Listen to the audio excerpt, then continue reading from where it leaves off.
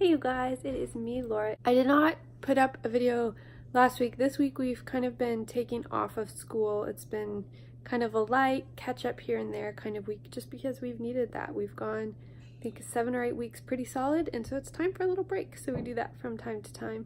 But I am working on some lesson planning right now, and so I thought I would go ahead and show you guys what we do for language arts. We use the foundations from Logic of English, and we use Institute for Excellence in Writing, sometimes called IEW, for our writing. So I'll turn this around and show you those.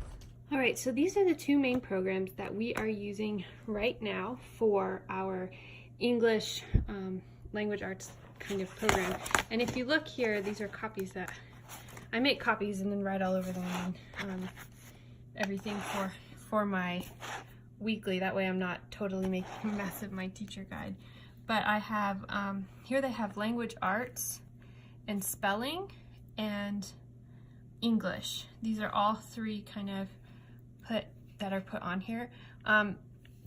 Language arts, which I guess is typically like your reading and literature kind of stuff, we do that just kind of mixed throughout our day. We do that very much based on the boys' interests, and that I find just kind of naturally flows in for us. So I don't really actually schedule anything at this age that's separate for language arts. And some of that, some of the skills that you would learn in that kind of thing are taught in foundations. So I don't actually do anything for that. As far as spelling, phonics, all of that kind of stuff is covered with foundations. And then English, which would be like your grammar and writing and those kinds of things. See, they've got 2 days here that they usually schedule for writing. For that type of stuff, the grammar is covered in foundations. It's also covered some in IEW, Primary Language of Arts, and this is where we do our writing. This is also where each lesson has you read a story and break down the parts of it so that you know what makes a good story. And so I feel like with this kind of combination, we really cover all of our bases. And so just a little bit of each one. With foundations, you start out in book A and then it goes up to book D. We just finished book A with my 5-year-old. So we're starting book B, and we're almost done with book C with my 8-year-old, and we're going to go up to book D. Now the thing I like about this is that it's super easy to change the pace and go at your child's own pace. Some children would go through this so much faster than mine have so far, and some would go slower. So I think when this is used in the school system, they typically do book A and B for kindergarten year, and then book C and D for first grade year. I feel like that's a little too fast for my kids, but it's totally flexible. The program says that these are from 4 to 7-year-olds. My 8-year-old is still doing this and loving it. He loves the games and the hands-on, and I think that's kind of why they give it a lower age range. She recommends usually if you're starting with a 7-year-old or an 8-year-old, you go straight to Essentials. But I find that for my 8-year-old, Foundations is still much better. Essentials is a lot more it doesn't have the games and the hands-on and the color. It's got a lot more writing. It's more rigorous, and that's just not quite right for us. But what they cover is Foundations A covers the basic letter sounds, phonemes, and then with Foundations B, you get to a little bit more advanced. Foundation C, a little bit more advanced, and you start doing more spelling rules. And then with Foundations D, that's where you start really adding grammar and just a whole lot of other stuff.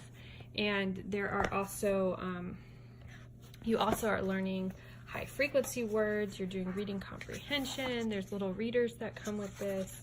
And yeah, so what I'm gonna do is I'm gonna walk through a basic lesson with you. I'm just using B because it's right here, and kind of show you what I've been doing. Now you can do this so that you do 1 lesson per day.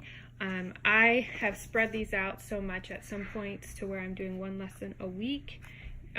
Oftentimes I will do 2 lessons a week with my 8-year-old right now, and 1 lesson a week with my 5-year-old, and that seems to be working well for us.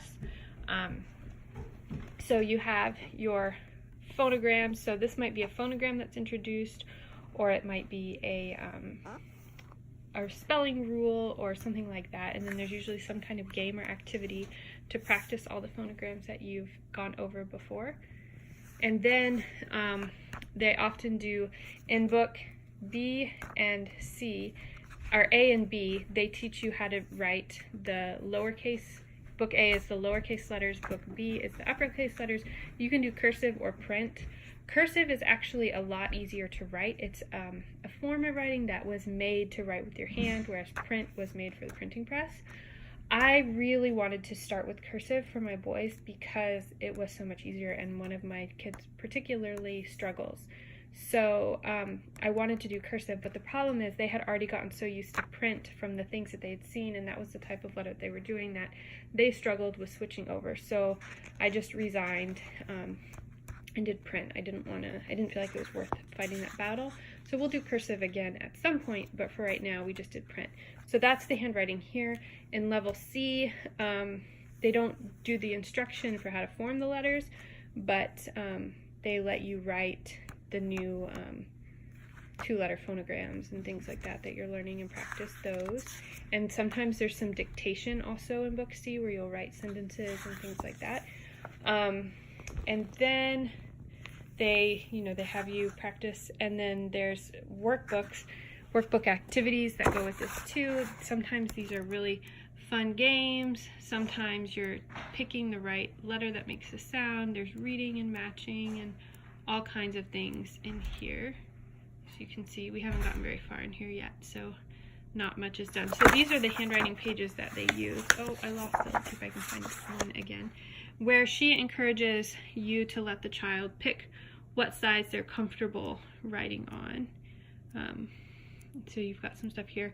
And one thing that this does is, you can see she makes sure to introduce the manuscript form of the letter, the print form, and if you're doing cursive, the cursive form as well. That way the children can recognize even when the letters look just a little bit different.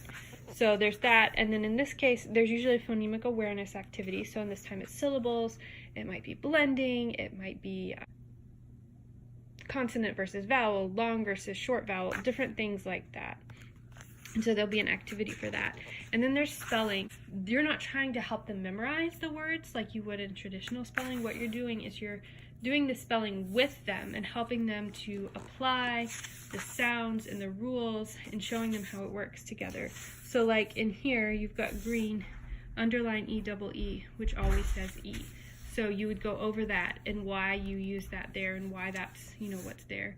And sometimes there are some rules, like in these challenge words here, you've got check, which has, why did you use the double K?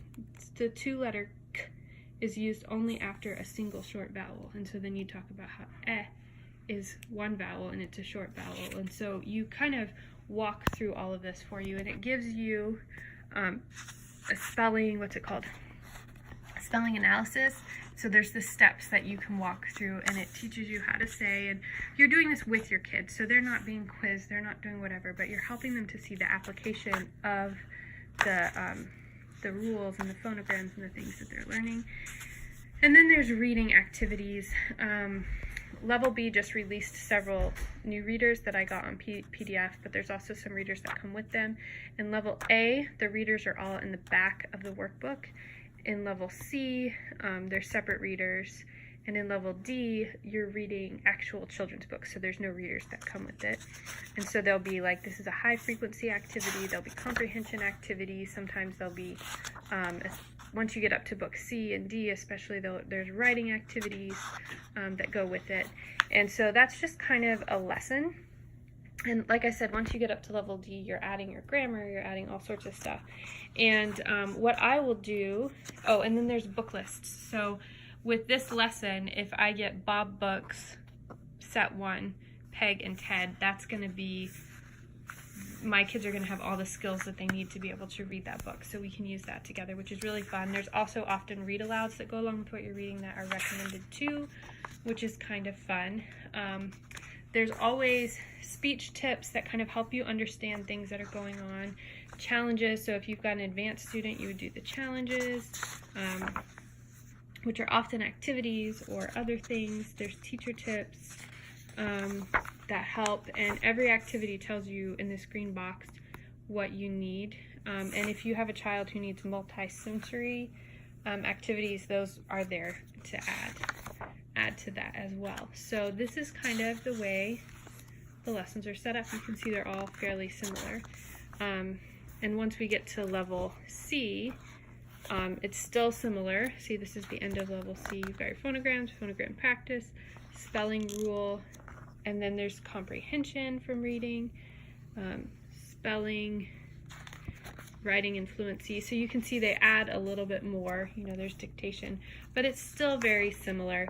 So what I will do with my 5-year-old is we will take one of these lessons, and I look at the main points of the lesson, and I work those into our calendar time or other things that we might be doing. So right now I'm writing stories for them to introduce each of the letter sounds. So it's a detective agency, and they're trying to find all the 21 sounds, and so each week we read a new story and introduce a new sound, and then we might play phonogram tic-tac-toe sometime during the week, and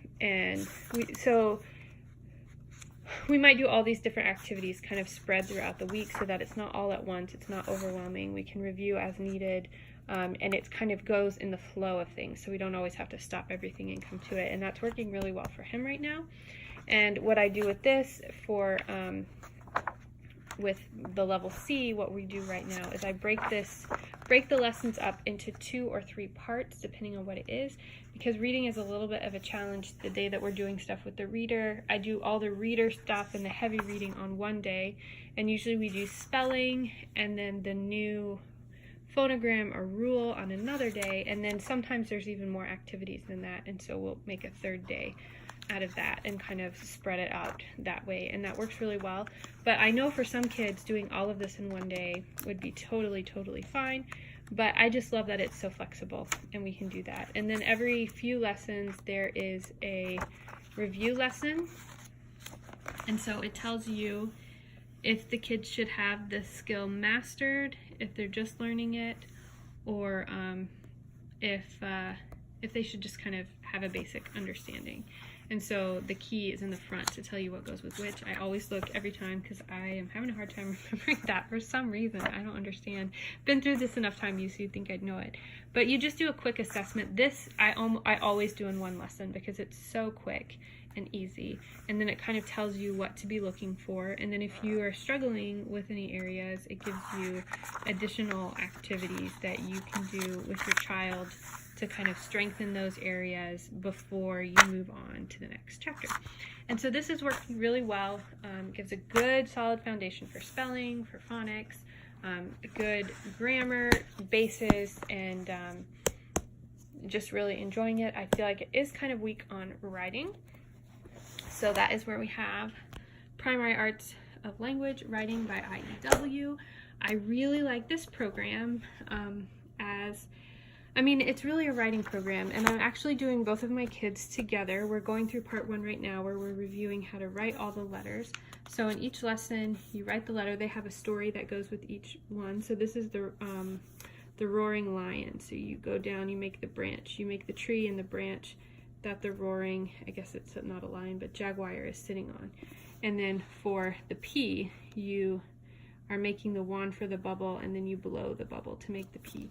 So it just gives ways to really help the kids kind of connect with the letters a little bit more and to remember how to form them, because it's often that a child will say, oh, I don't know how to do that. So this is section 1. So you do that, you go through those letters.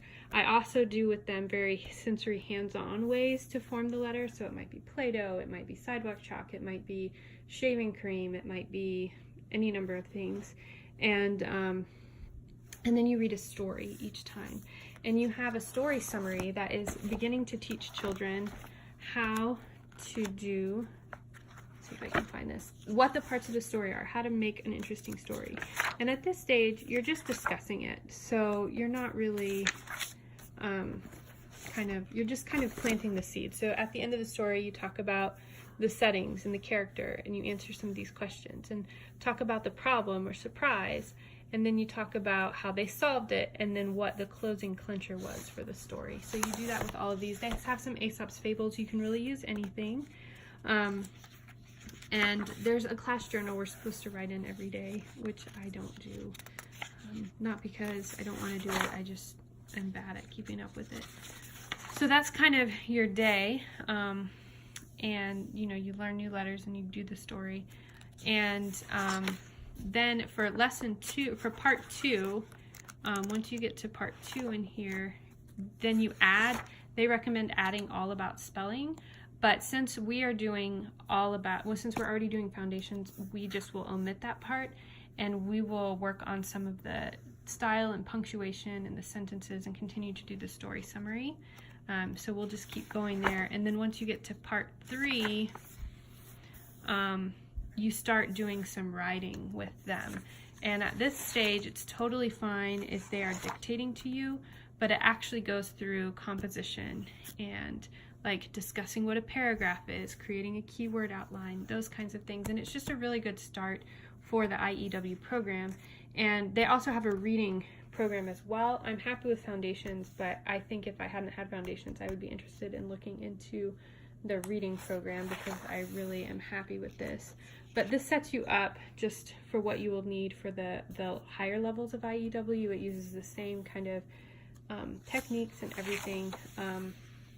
And this is intended for, obviously go at your child's own pace, but I think they recommend you can do part 1 for kindergarten, part 2 for 1st grade, part 3 for 2nd grade if you want. We're going through a little bit quickly with this one, but if we need to slow down, we will. But those are the 2 additions that we make to our My Father's World for language arts. I am enjoying these programs. I have less experience with this one. Let's see, we're only on lesson 7 in here. So I started it a little ways into our My Father's World program because I realized there was a gap here, and what I had intended to do at first just wasn't really working. So I don't have as much experience with this, but so far we're enjoying it. This, I have gone through levels A, B, and almost done with C with my first. I've gone through level A with my second, and we're working on level B, so I am very happy with it. And if you guys have any questions about either of these, let me know. I would love to hear what you are using for your programs. I think Spelling Power is what's recommended by My Father's World, as well as Language Lessons for Today, which are both available on their website. I don't know that they really have much else recommended, but that is what I use, and I hope that's helpful to you guys. Sorry it's so long, but yeah, let me know if you have any questions. Talk to you later. Bye.